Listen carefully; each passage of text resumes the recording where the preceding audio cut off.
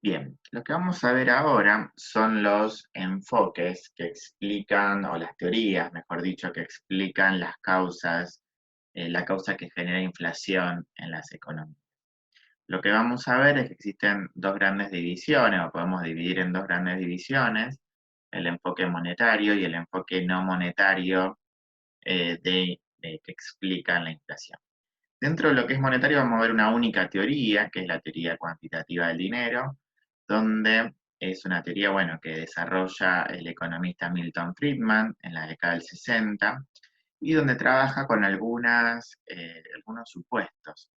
El supuesto, uno de los principales es que el dinero solamente se utiliza con fines de respaldar transacciones, el dinero solamente tiene ese fin. La existencia de pleno empleo de la economía, es decir, la economía no trabaja con desempleo, esto nos ubica junto con el punto anterior de la demanda de dinero transaccional en un contexto más bien clásico de keynesiano, ¿sí? Acuérdense que Keynes consideraba la existencia de desempleo y el dinero con otro fin, además del transaccional. Bueno, en el caso de Friedman es una teoría que se enmarca más dentro de la teoría clásica. Vamos a ver también que considera que la velocidad de circulación del dinero es una constante. La velocidad de circulación no es más ni menos que bueno, la cantidad de veces que un billete o una moneda participa en una transacción económica. ¿Sí? Es decir, es la cantidad de veces, es como si uno marcase un billete, lo tira a la economía y cuenta la cantidad de veces que ese billete participó de una transacción económica a lo largo de un periodo determinado, generalmente un año. ¿Sí? Los ítems que ahí siguen van a ver que aparece el planteo de la ecuación, políticas y demás. Es un poco el esquema de lo que voy a seguir con mi explicación.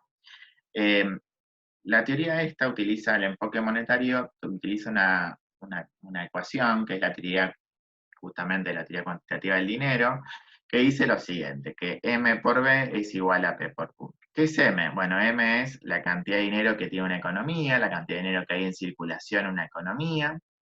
B es lo que dije antes, la velocidad de circulación de la economía, y, o sea, es la cantidad de veces que el dinero participa de una transacción económica.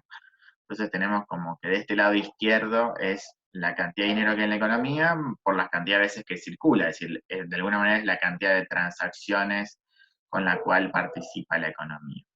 ¿Qué tenemos del lado derecho de la ecuación? Bueno, del lado derecho de la ecuación aparece el nivel de precios de la economía, ¿sí? Acá aparece simplificado como P, que puede ser un índice de precios, etc.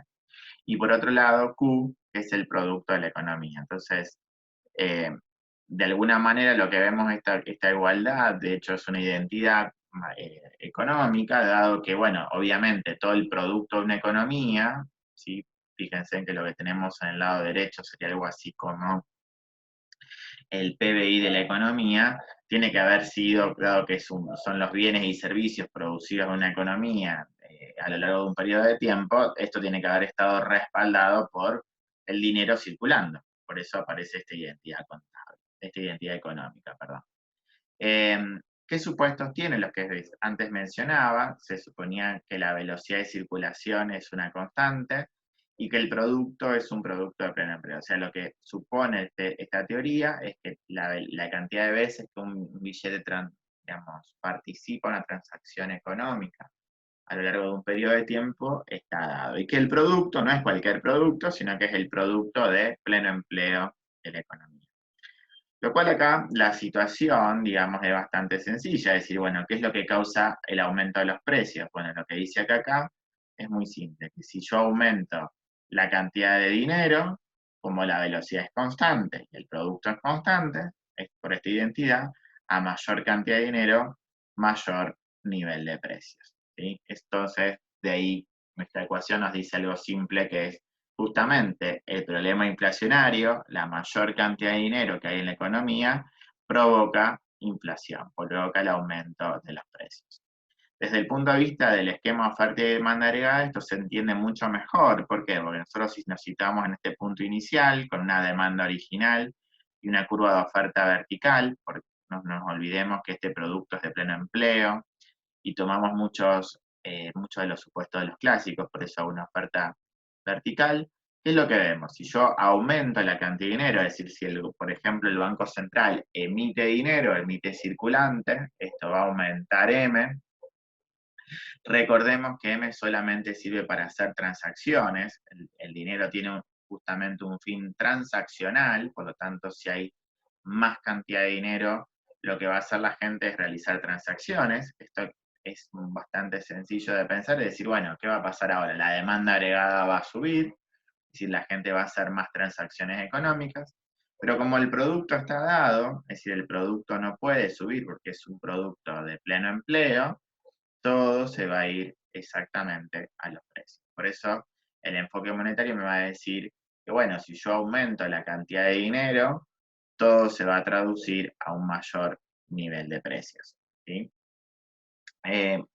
¿Esto implica que no hay que emitir en el enfoque monetario? No, el enfoque monetario nos va a decir es, bueno, si aumenta el nivel de productos de la economía, Q aumenta, en el contexto en el que estamos trabajando, es decir, si hay como estamos en un mundo clásico, los clásicos van a decir, bueno, si se produce crecimiento económico, producto de que hay un mayor nivel de capital de la economía o de inversión de la economía, o un shock tecnológico, como va a subir Q, ese Q va a generar que tenga, que esté respaldado por un nivel de transacciones. En términos muy simples, lo que quiero decirles es lo siguiente, es decir, es que esta teoría considera de algún modo que si, por ejemplo, en un año el producto sube, no sé, un 2%, lo que yo debería hacer es aumentar solamente el nivel de dinero como Banco Central un 2%. Si por algún motivo, no sé, el producto sube todos los años un 2%, pero el Banco Central decide aumentar la cantidad de dinero un 5%, lo que dice esta teoría va a ser, bueno, el 2% va a respaldar ese nivel de transacciones y la otra diferencia, o sea, el otro 3%, te va a irte al nivel de precios. Por eso esta teoría es una teoría bastante, digamos, estricta en este aspecto. Va a decir, bueno, en definitiva, este aumento de precios es producto de un mal cálculo en la emisión de dinero. Es decir, la cantidad de dinero que uno emite tiene que respaldar el producto de la economía. Si tu producto aumenta todos los años, tu producto potencial aumenta todos los años un 2%, emitiría un 2%. Si emitís de más, vas a tener un problema inflacionario. ¿Sí? Es un tema bastante claro para esta teoría, que es lo que causa la inflación. Siguiendo con la explicación, obviamente, ¿cuáles serían las políticas que se recomiendan para bajar la inflación? Bueno, acá las políticas son bastante sencillas. Digo, si la causa es una causa monetaria, es decir, si yo sé que mayor cantidad de dinero termina produciéndose un mayor nivel de precios, o sea, un proceso inflacionario, lo que hay que hacer es bajar el nivel de dinero, de emisión monetaria de una economía. O sea que en general las políticas apuntan a hacer políticas monetarias de tipo contractiva, es decir, contraer la cantidad de dinero. Ahora bien, también acá generalmente estas teorías involucra un poco más. ¿Por qué involucra un poco más? Porque bueno, claramente uno debería preguntarse, decir, ¿por qué el Banco Central emite más de lo que tenía pensado? Bueno, una de las causas de las cuales el Banco Central podría estar emitiendo es porque puede estar financiando al fisco. Es decir, que está financiando, hay que recordar que Banco Central y fisco son dos entes diferentes totalmente, pero cuando no existe una gran independencia y cuando existe algún problema de financiamiento de los déficits fiscales por vía Banco Central, puede provocar inflación. Es decir, ¿qué estoy diciendo? Si en el caso del fisco, situémonos en el fisco, si el fisco tiene un nivel de gasto superior a sus recursos, a sus tributos, ¿en qué incurre? Bueno, acá en este caso incurre a un déficit fiscal. Si tiene un déficit fiscal, ¿qué tiene que hacer? ¿Cómo lo puedo financiar? Y no quedan muchas opciones. Lo que tengo que hacer es justamente emitir deuda, ¿sí? Tomar deuda. ¿Sí? El gobierno va a tener que tomar deuda. ¿Con quién puede endeudarse? Bueno, una de las cosas con las cuales puede endeudarse es justamente con el Banco Central. El Banco Central, ¿qué le puede decir? Bueno, le puede prestar dinero, es decir, acá aparece el famoso créditos al sector público. Entonces, ¿qué pasa? El gobierno, el fisco le puede tomar créditos al sector público, es decir, el Banco Central le presta, aumenta los créditos, y esto no es más ni menos que emisión de circulante de la economía, es emisión de base monetaria, que obviamente bueno, base monetaria, que obviamente genera la emisión de más dinero de la economía, y esto puede ser una causa, obviamente, de por qué se produce inflación. Por eso, en general, cuando viene un paquete económico de ajuste vinculado a digamos, la teoría que estamos trabajando, realmente no solamente viene con políticas monetarias contractivas, sino también vienen con políticas fiscales de tipo contractivas, ¿no? ¿Por qué? Porque justamente el objetivo también no es solamente reducir la emisión monetaria, sino no solamente esto careme, es decir, la reducción de la cantidad de dinero, sino la causa principal que lo estaría causando, es decir, el déficit fiscal. Este proceso, bueno, es un proceso que justamente es lo que, digamos, podría estar causando además la inflación, ¿sí? Esto que vemos acá es considerar justamente un poco el hecho de que la inflación es considerada como una especie de impuesto, ¿sí? Fíjense en por qué lo que estoy diciendo esto. Digamos, la inflación que está haciendo acá, bueno, la inflación, de alguna manera, este proceso final que vemos acá, de aumento de precios, que fue producto de un aumento en la cantidad de dinero, ¿a qué se debió? Y se debió a el financiamiento del fisco. Es decir, ¿qué está haciendo el fisco acá? Está gastando más allá de sus ingresos, provoca esto de la emisión monetaria y aumento de precios de la economía. ¿Y quién lo termina pagando el aumento de precios? Bueno, lo que vimos en el otro video, que tiene un montón de consecuencias, pero lo paga la gente perdiendo de alguna manera su capacidad de compra. Por eso es muy común hablar dentro de lo que es el enfoque monetario, hablar y llamar a este tema de la inflación, digamos, esta causa de inflación, como el famoso impuesto inflacionario, ¿sí? El considerar como un impuesto inflacionario es justamente pensar que, ¿qué cosa? Bueno, claramente que la causa de la inflación, el problema de la inflación, viéndolo desde el lado de un impuesto, ¿quién puede poner impuestos en una economía? Claramente los gobiernos, por eso cuando ustedes escuchen en algún lugar hablar sobre el impuesto inflacionario, hace referencia a esto, hace referencia a que justamente el que está causando el problema de la inflación es el mismo gobierno, es decir, el problema lo está causando el mismo gobierno, ¿sí?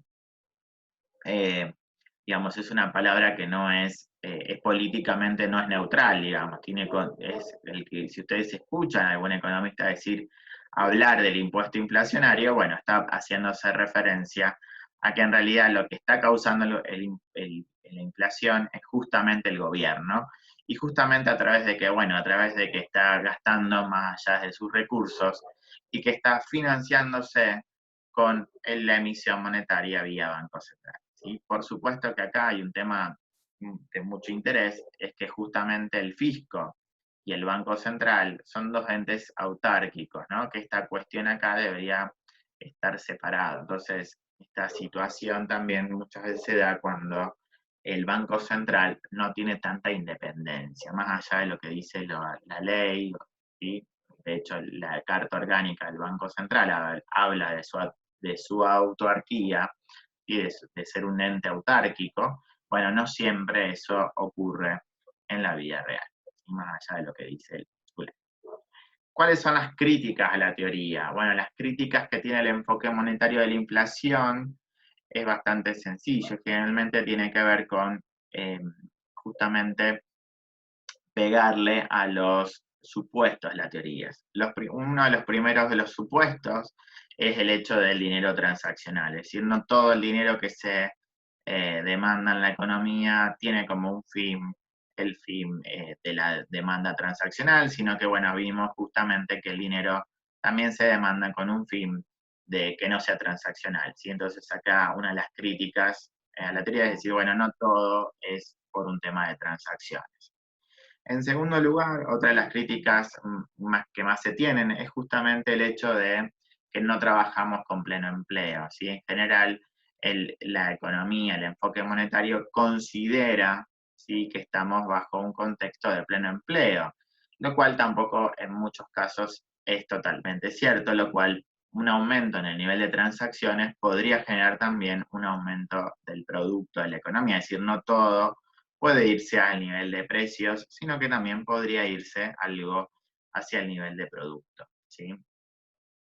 Y en tercer lugar, el otro supuesto, el supuesto de velocidad de circulación constante. Nosotros habíamos dicho que la velocidad de circulación, la V, era una constante. Bien, en general se ha demostrado y se encuentra que la velocidad de circulación no es una constante, sino que en procesos inflacionarios la velocidad de circulación tiende a aumentar. ¿Por qué tiende a aumentar? Justamente, si tener dinero en efectivo, tener M por parte de la población, tener dinero líquido, pierde valor a través del tiempo, nadie lo quiere tener. Es decir, si yo mantengo en mi billetera dinero líquido, ¿sí?, como tal, ¿qué pasa? Estoy perdiendo poder de compra. Entonces, ¿cuál es la tendencia? Bueno, la tendencia es deshacerse de ese dinero, ¿sí?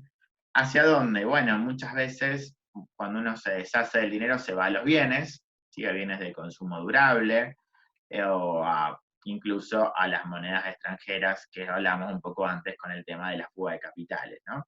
Pero bueno, de todas maneras esto refuerza un poco la idea de que la velocidad de circulación en la economía tiende a aumentar y no tiende a mantenerse constante, considerando esto de que la inflación en realidad lo que estaría generando es eso, ¿no? Es decir, que tener dinero en efectivo hace perder de alguna manera su poder, entonces, en principio, ninguno quisiera tener justamente ese dinero, ¿sí?